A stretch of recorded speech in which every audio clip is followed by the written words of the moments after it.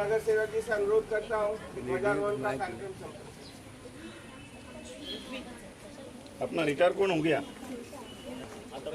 कोणी ना कुणी नाही या तिने दो तिघे पण चारीच मीडियमचे प्रिन्सिपल या चौधरी सर पाल सर